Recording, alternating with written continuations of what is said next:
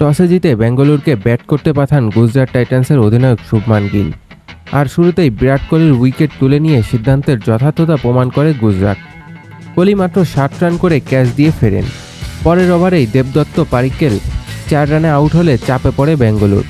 দ্রুতই Phil Salt 14 ও রজত পাতিদার 12 রানে ফিরে গেলে বড় সংগ্রহের আশা আর হয় না।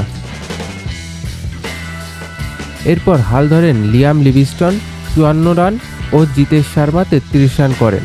তাদের 52 রানের জুটিতে কিছুটা স্বস্তি ফিরলেও ইনিংসের মাঝপথে উইকেট হারানো মাসুল দিতে হয় বেঙ্গালুরুকে। শেষের দিকে টিম ডেভিডের 32 রানের কেমিও ইনিংসে দলের স্কোর হয়ে দাঁড়ায় 169 রানে। লিভিংস্টনের 5টি বিশাল ছক্কায় দর্শকদের উচ্ছ্বাস আরও বাড়ালো।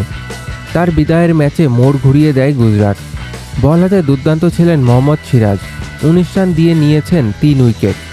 সাই কিশোরও দারুণ বোলিং করে তুলে নিয়েছেন 2 উইকেট। 169 রান বড় লক্ষ্য নয়।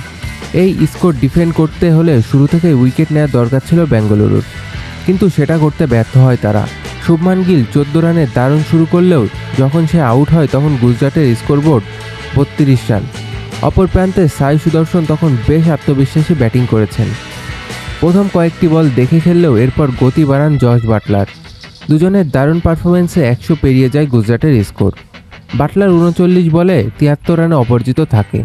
ইম্প্যাক্ট প্লেয়ার হয়ে নামা সারফানের রাদারফোর্ড 18 বলে 30 রানে অপরাজিত থাকে। 17 ওভার 5 বলে ম্যাচ জিতে যায় গুজরাট। মৌসুমে এটি তাদের দ্বিতীয় জয়।